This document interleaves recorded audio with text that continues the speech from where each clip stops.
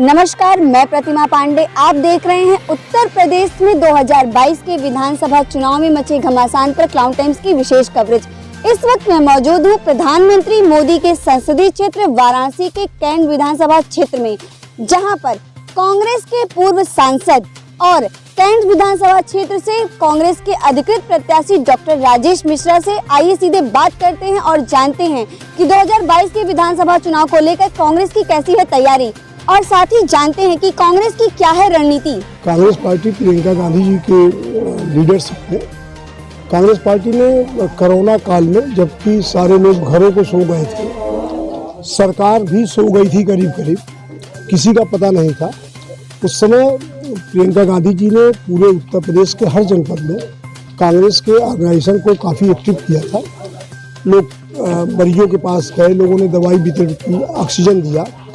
और उसके पहले जब पलायन शुरू हुआ मजदूरों का, तो ये पहली सरकार दिखाई पड़ी कि प्रियंका गांधी जी राजस्थान से बसें भिजवा रही हैं और सरकार बसों को रुकवा रही है। वो जनता की सुविधा के लिए बस भेज रही हैं और इन्होंने बारह पे सारी बसों को रुकवा दिया। परमिट लाइए तो कागज़ लाइए, मतलब कि किसी तरह इस तरह की प्रॉब्लम क्रिएट की जाए कि बसें यूपी में ना आ सकें। ये सरकार का दायित्व नहीं है। सरकार को कोई भी यदि जनता की मदद कर रहा है किसी क्राइसिस में, तो सरकार को चाहिए कि वो उस मदद को ले और जनता तक उपलब्ध करा दे। इन्होंने रुकवाया। उसके बाद ऑक्सीजन की व्यवस्था प्रियंका जी ने कराई। सिर्फ रायबरेली जनपद में सरकार ने ऑक्सीजन को जाने दिया। वो ऑक्सीजन छत्तीसगढ़ से आ रहा था, बाकी किसी यूपी के किसी जिले में उन लोगों ने ऑक्सीजन नहीं जाने दिया। ये सरकार की जिम्मेदारी बनती है कि आप सरकारी सुविधाओं से मुहैया कराइए, आप ऑक्सीजन दीजिए, आप दवा दीजिए। आप जो मजदूर पैदल चल के 16 दिन, 18 दिन, 20 दिन में जो घर पहुंच रहे हैं, जो रास्ते में जिन मजदूरों की मौत हो गई, किसका दायित्व है? ये सरकार का दायित्व बनता है कि आप उन्हें सुविधा कराइए, अपने घर आ जाए। और यदि कोई विपक्षी दल उसे भी करने की कोशिश कर रहा है तो आप उसे भी नहीं करने देते हो, तो ये गलत है। और तभी से कांग्रेस अपने आप लोगों के बीच में है। जनता कांग्रेस को पसंद कर रही है।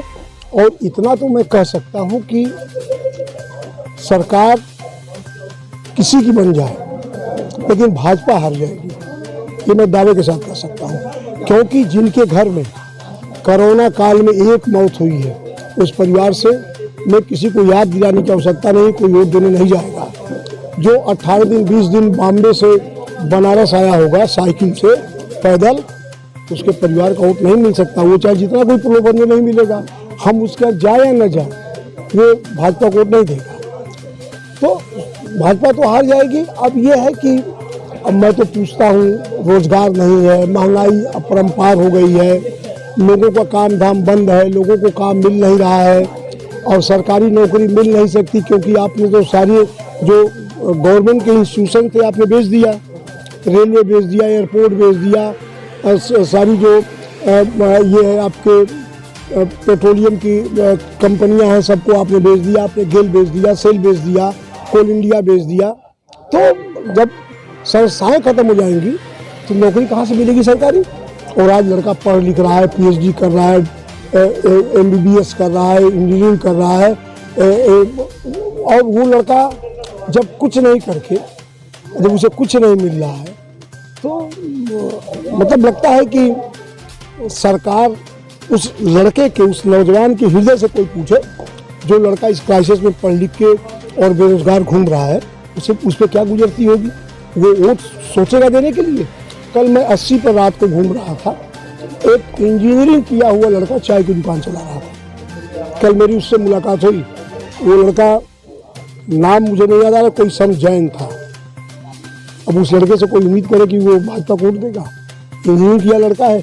अब ये मीडिया में, अखबार में आप लोगों के माध्यम से ये प्रचार चलवाते रहे 300 पार 600 पार, तो मर्जी, लेकिन वो होगा नहीं। और कांग्रेस पार्टी पूरी तरह तैयार है चुनाव लड़ने के लिए।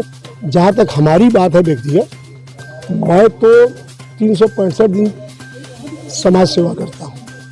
यूनिवर्सिटी से लेकर आज तक मेरा कोई दिन छुट्टी का दिन नहीं होता, और किसी दिन मैं ये नहीं कहता कि मैं काम नहीं करूँगा, चुनाव नहीं है। मैं ये भी नहीं जानता मुझे चुनाव लड़ना है नहीं लड़ना है, कहाँ से लड़ना है, लेकिन मैं काम सबका करता हूं। कांग्रेस के ही कुछ नेता जो मोदिता कपूर हैं उनका विरोध प्रदर्शन कर रहे हैं, इस पर आप क्या कहेंगे?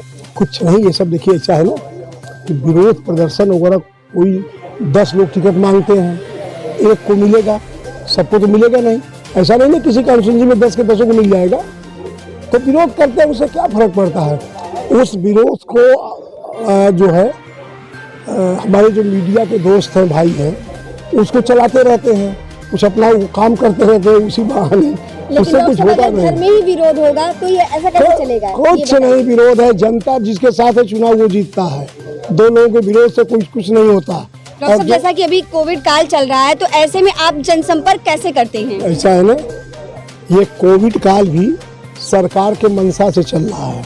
अब मैं आपसे पूछ रहा हूँ, अभी फर्स्ट फेज और सेकंड फेज का चुनाव वेस्टर्न यूपी में हुआ, वहाँ भाजपा के नेताओं को और कैंडिडेटों को जनता भगा दे रही थी, पत्थर चला रही थी, गाड़ियाँ तोड़ रही थी। तो कोविड इतना स्ट्रिक्ट हो गया कि कोई मीटिंग नहीं हो सकती, कोई रैली नहीं हो सकती, 500 लोगों से ज़्यादा कोई कहीं जा नहीं सकता। अब उनको लगता है कि ईस्टर्न यूपी और सेंट्रल यूपी में कुछ हम सेफ हैं, यहाँ इतना ज़्यादा शायद न हो, तो अब धीमे धीमे कोविड ख़त्म हो रहा है। ये सरकार कोविड को भी अपने हिसाब से, अपने फायदे और नुकसान के हिसाब से बता रही है लोगों को कि कितना फायदा हो रहा है, कितना नुकसान हो रहा है। अभी तक कोविड था, 10 तक कोविड था, मंडे से खत्म। ये कौन सा कोविड है भाई, ये बताओ कोई कौन सा कोविड है? तो उधर भाजपा के लोग मार खा रहे थे तो कोविड आ गया, अब इधर शायद कम मार खा उन्हें लगता है तो कोविड नहीं है।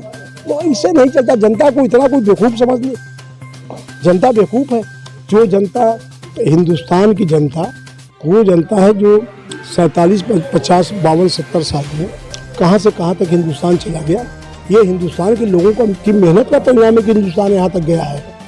एक बार 2 बार आप किसी को बेवकूफ़ बना सकते हैं, परमानेंट बेवकूफ़ नहीं बनाया जा सकता। और इन लोगों ने ये मान लिया कि हम परमानेंट बेवकूफ़ बना सकते हैं। इस बार ये समझ में आ जाएगा, कह रहा हूँ समझ में आ जाएगा। जिसके घर मौत हुई है कोई उनसे वोट ले लेगा क्या? जिनके घर परिवार की लाशें गंगा के रेतों में सड़ी हैं, उससे कोई वोट ले लेगा? ये लोग कहा करें कि हम 300 पार, 600 पार, 800 पार लोग बता रहे हैं, सबको समझ में आ जाएगा। हिंदुस्तान पाकिस्तान, हिंदू मुसलमान से सब नहीं होता है, ये सब एक आध बार हो जाएगा, जैसे 2 बार हो गया। लेकिन कोई ये सोचे, अब नौजवानों को काम चाहिए, हम पढ़े लिखे हैं, हमें हमारा अधिकार है, राइट टू वर्क हमारा अधिकार है, हमारा पेट भरना चाहिए। अब मुद्दा है, कुछ है ये नहीं इन सबों पर। इन लोगों ने कहीं झूठ बोला है, किया क्या है, तो सब मुद्दा है। आप बताइए शिक्षा का क्या मतलब है? 2 साल से कोरोना पीरियड में स्कूल बंद है, ठीक, बच्चे घर से क्या बोलते हैं ऑनलाइन क्लासेस चल रहे हैं, सबके पास स्मार्टफोन तो होगा नहीं, ये ऑनलाइन क्लासेस चला रहे हैं और फीस पूरी ली जा रही है। क्यों फीस पूरी ली जा रही है? कौन वोट देगा? ये जो है कोरोना कर रहे थे, मंदिर सबसे लास्ट में खुला और सबसे पहले शराब की दुकान खुल गई। शराब पे कोरोना नहीं है, बच्चे सब पे कोरोना है। क्या समझते हैं ये लोग कि मतलब ये लोग चढ़ा के बाकी लोग बेवकूफ हैं? शराब की दुकान में कोरोना नहीं है और बाकी कामों के लिए कोरोना हो गया, सब नहीं चलता। जनता जागरूक है, जनता समझ रही है, जनता बोलेगी नहीं, लेकिन भाजपा बहुत बुरी तरह पराजित हो रही है। सारा इनका जो बयान है वो खत्म हो जाएगा। फिर मिलेंगे किसी और विधानसभा क्षेत्र में। क्लाउन टाइम्स की खबरों को आगे देखने के लिए हमारे YouTube चैनल को लाइक करें, सब्सक्राइब करें, बेल आइकन को प्रेस जरूर करें। क्लाउन टाइम्स की खबरों को फेसबुक पेज पर देखने के लिए पेज को लाइक जरूर करें।